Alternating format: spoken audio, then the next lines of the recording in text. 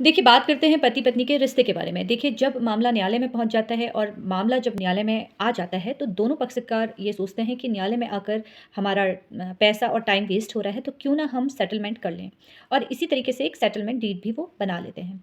कई बार ऐसा देखा जाता है कि उनके बीच में सेटलमेंट तो हो जाता है, लेकिन जब सेटलमेंट हो जाता है और वहाँ पर जो पत्नी के द्वारा लिखाया जाता है कि अब पत्नी को इतना पैसा चाहिए और आप पैसा दे भी देते हैं और पत्नी आपसे ये बोलती है कि जब आप मुझे इतना पैसा दे देंगे तो मैं सारा जो मैंने आप पर आरोप लगाया है वो मैं इसे विथड्रॉ कर लूँगी।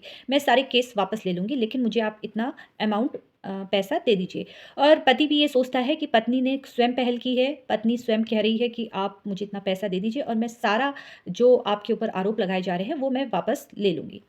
तो अगर ऐसी अवस्था में अगर सेटलमेंट हो चुका है, डीड तैयार हो चुकी है और पत्नी ने आपसे वादा भी कर लिया है, आपके द्वारा पैसा भी दे दिया गया है और पत्नी अब ये बात करती है कि अब हम जब हमारा सेटलमेंट हो गया है, तो अब हम नोटरी पर अलग-अलग हो जाते हैं।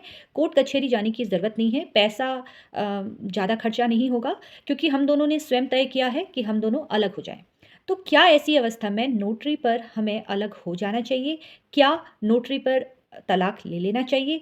तो देखिए, मैं आपको बता दूँ कि अगर आपने नोटरी पर तलाक ले लिया है या लेने की सोच रहे हैं, तो ऐसी अवस्था में नोटरी पर किसी भी तरीके से तलाक नहीं होता है। ये एक अवैध तरीका है, यहाँ पर ये तलाक नहीं माना जाता है, तलाक सिर्फ़ न्यायालय में ही होता है।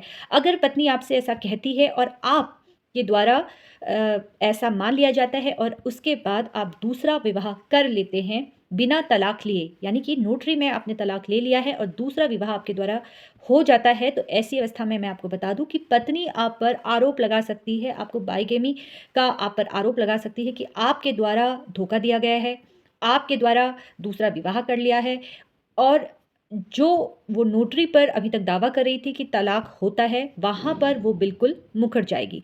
तो ऐसी अवस्था में आपको बता दूँ कि आप इन सब चीज़ों से बचना चाहते हैं, तो न्यायालय में जाकर ही आपको तलाक की डिग्री प्राप्त करनी है। अगर अपील हो जाती है उसमें, तो भी आपको रुकना है, तब तक आप